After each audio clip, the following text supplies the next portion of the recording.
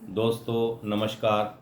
आज नवरात्रा पर्व शुरू होने जा रहे हैं और एक ईश्वर भक्ति की एक ऐसी कहानी सुनाना चाहता हूँ। इस कहानी को सुन के यदि आपके दिल को छूती है और कुछ प्रेरणा मिलती है तो इस मेरे चैनल को आप लाइक और सब्सक्राइब अवश्य कीजिए। कहानी एक वैद्य जी की है। वो वैद्य जी नित्य अपनी दुकान पे जाके और लोगों का इलाज करते थे, दवाई को लिखते थे। वैद्य जी का एक नियम था कि वो जो भी उनकी पत्नी एक पर्ची बना के रोज़ उनको देती, घर के सामान जो भी लाने होते वो पर्ची लाके और अपने ठाकुर जी के स्थान पर रख देते थे और हाथ जोड़ के वेदशाला खोल देते थे। और जो भी मरीज आते उनका इलाज तब तक पैसे लेके करते थे जब तक उस पर्ची जितना सामान आ जाता। जैसे ही उनको उनकी आवश्यकता की पूर्ति का पैसा इकट्ठा होता वो बस फिर किसी का अगर यदि इलाज करते थे उसका पैसा नहीं लेते थे। इस प्रकार उन्होंने अपना नियम रेगुलर चला और अपना रखा था। एक दिन की घटना है, वो अपनी छोटी सी बच्ची को लेके और अपने औषधालय पे पहुंचे थे और दिन भर जो आवश्यकता के हिसाब से इलाज कर रहे थे। अब उनकी टारगेट पूरा होने के बाद भी एक सज्जन वहाँ आके रुके तो बच्ची भी जिद कर रही थी। उसके बाद भी वैद्य जी ने उसको सुनी। उनको थी समस्या कि निराशा हाथ लग रही थी, उनके बाल बच्चे नहीं हो रहे थे। वो बहुत जगह भटक के और दूर दूर से इलाज लेके परेशान हो चुके थे। संयोग की बात है, एक रोज़ वो गाड़ी से उधर से जा रहे थे तो उनकी गाड़ी वेधशाला के आसपास पंचर हुई और पंचर वाला ठीक करता 1 घंटे का उनको टाइम दिया था तो वो टहलते टहलते वैद्य जी की दुकान पे ऐसे ही पहुंच गए थे।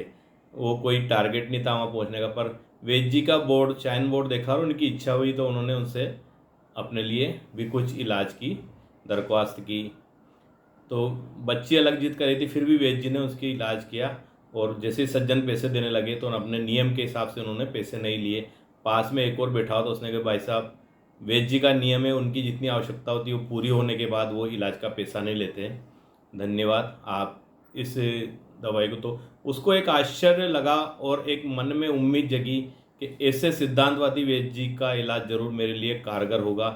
तो उन्होंने वो दवाई ली और घर जाके अपनी पत्नी को ये घटना सुनाई और वो खुराक ली। परमात्मा की ऐसी कृपा हुई कि उस दवाई लेने से उनको संतान की प्राप्ति हुई, एक बालिका हुई। और उनके मन में था कि वैद्य जी ने पैसे नहीं ले लिए तो उस बालिका के लिए वो अपने, एक और वैद्य जी की बालिका थी तो उन्होंने कि जैसे अपनी बालिका की शादी होगी वैसे ही उसकी करूँगा। उन्होंने प्रण कर लिया उस रोज और उसी प्रकार अपनी व्यवस्था और धन जुटाने लगे। वो विदेश में रहते थे। कब 21 साल गुजरे पता नहीं लगा। आज वैद्य जी की परीक्षा की घड़ी थी। 21 साल की उनकी लड़की हो चुकी थी और घर पे से पत्नी ने जो चिट्ठी लिखी थी वैद्य जी ने दुकान पे खोली। उनका उस बात का आश्चर्य ठिकाना रहा कि आज मेरी पत्नी ने क्या लिखा। उसने सारी दहेज की चीज़ें उसमें लिखी थी कि बेटी की शादी में ये लाना। वैद्य जी नित्य की तरह थोड़ा संकोच तो हुआ पर उन्होंने हे प्रभु और ये कह के उन्होंने चिट्ठी भगवान के मंदिर में रख दी और नित्य की तरह इलाज करने लगे।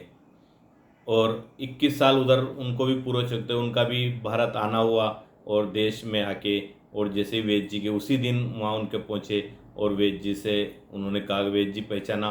वैद्य जी ने नहीं पहचाना तो फिर उन्होंने पूरी घटना सुनाई। मेरे को भी बेटी हुई थी और मैं जब से मेरी बेटी के लिए व्यवस्था कर रहा था, आपकी बेटी को भी मेरे बेटी समान समझा।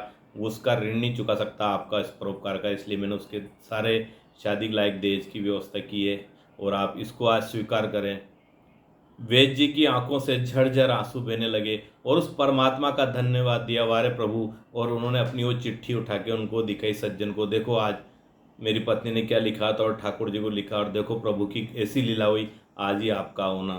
तो धन्य, सच्चे दिल से अगर ईश्वर की आराधना और सेवा करते हैं तो अपनी आवश्यकताएं जरूर पूरी होती है। धन्यवाद।